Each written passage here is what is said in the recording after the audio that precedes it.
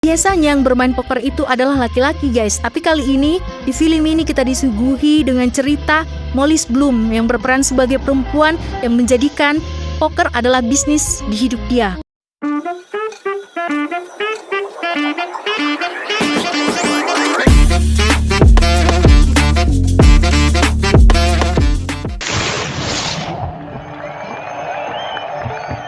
Mulanya, Molly adalah seorang atlet ski muda yang tengah bertarung untuk kejuaraan dunia. Namun, pada tahun 2002, pada kualifikasi Olimpiade musim dingin, Molly mengalami kecelakaan fatal, patah tulang yang membuat karirnya sebagai pemain ski harus terhenti. Molly kemudian pindah ke Los Angeles. Dia tuh berniat untuk mengambil jurusan hukumnya. Namun, karena kesulitan finansial dan si Molly ini berantem sama bapaknya nggak mau ngasih uang jajan lagi sama si Molly, dia bekerja di salah satu bar. Dia tuh di sana jadi bartender dan waiters. Dari sinilah awal kehidupan Molly mengenal dunia poker itu dimulai. Suatu malam saat tengah bekerja, Molly bertemu dengan salah satu pelanggan yang bernama Dian. Dian ini adalah seorang pengusaha yang mempunyai bisnis sampingan menjadi bandar poker. Melihat si Molly yang sangat cekatan ini, si Dian itu menjadikan Molly sebagai asisten pribadi dia di kantor. Layaknya sebagai asisten pribadi, Molly mengerjakan semua administrasi dengan baik. Dian menyuruh Molly untuk mengundang beberapa tamunya untuk bermain poker di permainan yang akan digelar oleh Dian. Dian mengajak Molly melayani para tamunya untuk bermain poker. Di sana Molly belajar banyak hal tentang bisnis poker. Dari hal terkecil, dia perhatikan sebaik mungkin. Dan yang membuat Molly lebih tercengang lagi adalah tamu-tamu yang datang untuk bermain poker bukan tamu-tamu sembarangan, melainkan pengusaha kaya, rapper, artis. Setelah permainan selesai, Molly tuh mendapatkan banyak tips dari para pemain poker. Molly bahkan mencatat tuh hasil yang ia dapat pada malam itu senilai 3.000 US dollar.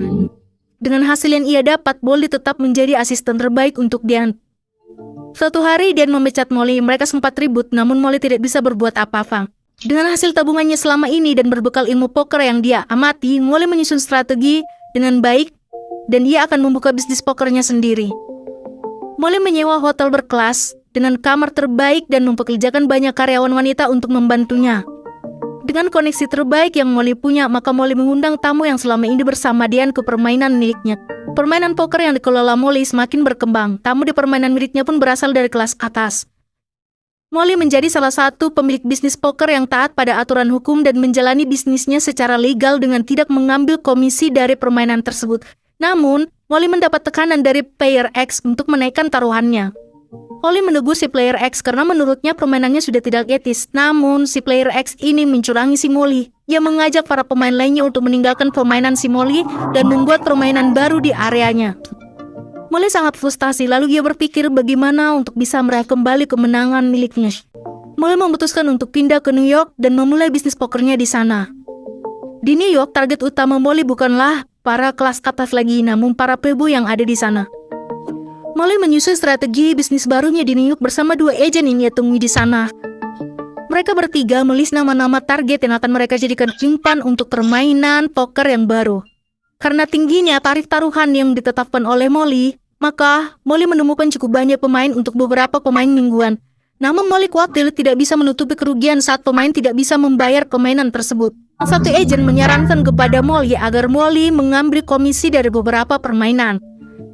Untuk menutupi kerugian yang ada, mau tidak mau, maka Molly memasang tarif kepada setiap permainan yang ada. Sehingga bisnisnya ilegal dan melanggar hukum yang berlaku. Suatu malam, salah satu pemain yang kalah mendatangi Molly. Ia berkata bahwa ia tidak bisa membayar permainan pada malam itu. Lalu Molly memanfaatkan situasi ini. Molly menyuruh si pemain tadi untuk mendatangkan teman-teman miliarder lainnya. Si pemain ini menepati janjinya, lalu minggu depannya dia mendatangkan teman-teman miliarder lain. Pada malam itu, ada beberapa laki-laki Rusia yang mendatangi Molly. Mereka menawarkan jasanya kepada Molly sebagai bodyguard, tapi Molly menolak. Hal itu membuat pria dari Rusia tadi marah kepada Molly. Sesaat setelah Molly istirahat di rumah, ada satu laki-laki yang datang ke rumah Molly, tapi Molly tidak mengenalnya. Setelah Molly buka pintu, laki-laki itu tanpa basa-basi mengajar Molly.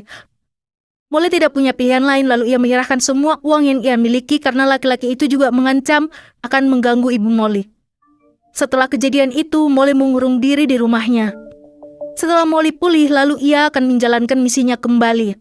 Sesaat sebelum Molly keluar dari rumah, teleponnya pun berdering. Ia mengangkat teleponnya, ternyata itu dari salah satu rekan kerja dia. Ia mengatakan kepada Molly supaya Molly berhati-hati. Saat ini, Molly menjadi salah satu buronan FBI. Lalu, Molly buru-buru memutuskan untuk pulang ke tempat ibunya. Setelah mengalami kehancuran di bidang bisnisnya, Molly juga mengkonsumsi obat-obat terlarang yang membuat dia semakin hancur.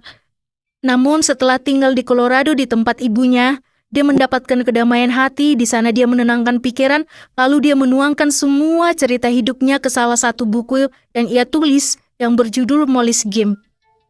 Tujuan dia menuliskan buku ini adalah ia berharap orang yang membaca buku ini belajar dari pengalamannya, tidak melakukan kesalahan yang sama seperti dirinya. Setelah 2 tahun pencarian, kalian tahu apa yang terjadi? Akhirnya, FBI menemukan di mana Molly tinggal. Suatu malam, FBI menggerebek Molly. Molly pun ditangkap sama FBI. Molly mengaku sudah tidak menjalankan bisnis poker tersebut, tetapi FBI tetap menangkap Molly. Kali ini keberuntungan berpihak pada Molly. Ibunya bisa membayar uang jaminan agar Molly untuk sementara waktu bisa bebas.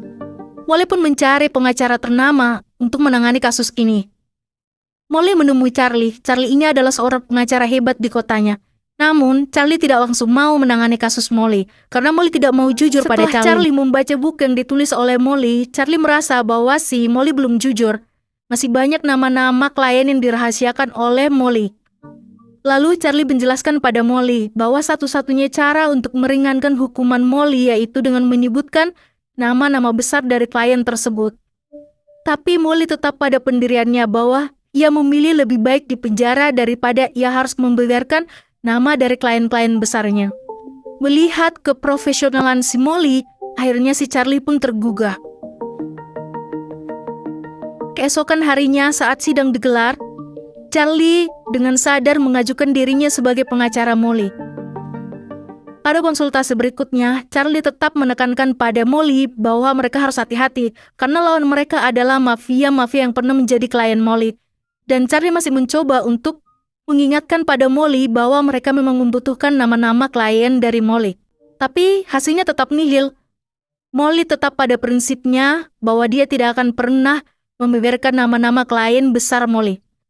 Charlie yakin setelah kasus ini, maka akan ada salah satu mafia yang akan memanfaatkan kasus ini untuk kepentingan pribadi. Dan benar saja, keesokan harinya, ada salah satu mafia yang memanfaatkan kasus ini menjadi ladang uang dari Molly. Karena Molly stres, Molly pun mengkonsumsi obat-obat terlarang lagi. Suatu hari, Molly harus menghadapi beberapa jaksa. Dia diinterogasi habis-habisan. Semua pertanyaan yang dilontarkan oleh jaksa tersebut membuat dia merasa terpojok. Charlie yang melihat Molly begitu tertekan tidak tinggal diam, dia membela Molly sebisanya. Kali ini, Molly memilih untuk menenangkan pikirannya dengan pergi bermain ski. Di sana, dia menikmati permainan skinya, dia mengingat bahwa dia pernah menjadi atlet. Dan yang paling mengejutkan lagi adalah, ayahnya ada di sana. Ayahnya sengaja menemui Molly karena ayahnya sudah membaca buku yang ditulis oleh Molly. Ayah Molly merasa bersalah dan ia minta maaf. Pertemuan ini menyadarkan Molly bahwa pentingnya sebuah keluarga. Hari persidangan pun tiba, Molly memutuskan untuk mengakui semua kesalahannya di depan hakim. Dan Charlie sebagai pengacara Molly tidak bisa menghentikan keputusan yang dibuat oleh Molly. Mendengar semua pengakuan dari Molly, para hakim pun berunding, lalu memutuskan hukuman untuk Molly. Para hakim memutuskan bahwa Molly tidak bersalah. Mereka hanya menjatuhi Molly 200 jam masa pelayanan masyarakat dan 1 tahun masa percobaan. Mendengar putusan hakim, Molly pun bernapas dengan lega, begitu juga dengan Charlie sebagai pengacaranya dan juga ayahnya. Teman-teman, film ini alurnya tuh maju mundur, dan film ini dipenuhi dengan narasi yang membuat kita seakan-akan membaca biografi dari si Molly ini. Yang menarik dari film ini adalah yang pertama, pemainnya itu dari artis-artis Hollywood ternama. Yang kedua, di film ini kita disuguhi dengan beberapa tempat mewah yang membuat kita seakan mengerti, oh begini ya tempat orang-orang kaya. Yang ketiga adalah teknik permainan poker yang mereka perankan di film itu, membuat kita seakan menonton itu presentasi permainan poker yang sebenarnya. Selanjutnya yang paling menarik adalah ketika Molly bertemu dengan Charlie, mereka itu selalu berargumen itu dengan kalimat-kalimat yang luar biasa menurutku. Hal menarik lainnya, di film ini, karakter Molly itu sangat dominan. Dia digambarkan jadi wanita yang kuat dan tangguh. Molly juga sangat percaya diri dengan apa yang dilakukannya, dan di sini karakter Molly itu memang benar-benar karakter yang cerdas. Jadi, bagi kalian yang suka nonton strong female karakter, Molly's Game ini salah satu rekomendasi terbaik dari aku. Kalian gak akan nyesal deh nontonnya. Oke guys, sekian review film Molly's Game dari aku. Semoga kalian suka ya. Maaf banget kalau misalnya ada kata-kata yang tidak berkenan di hati kalian. Dan kalian jangan bosan ya nonton di channel aku. Sampai jumpa kembali. Dadah!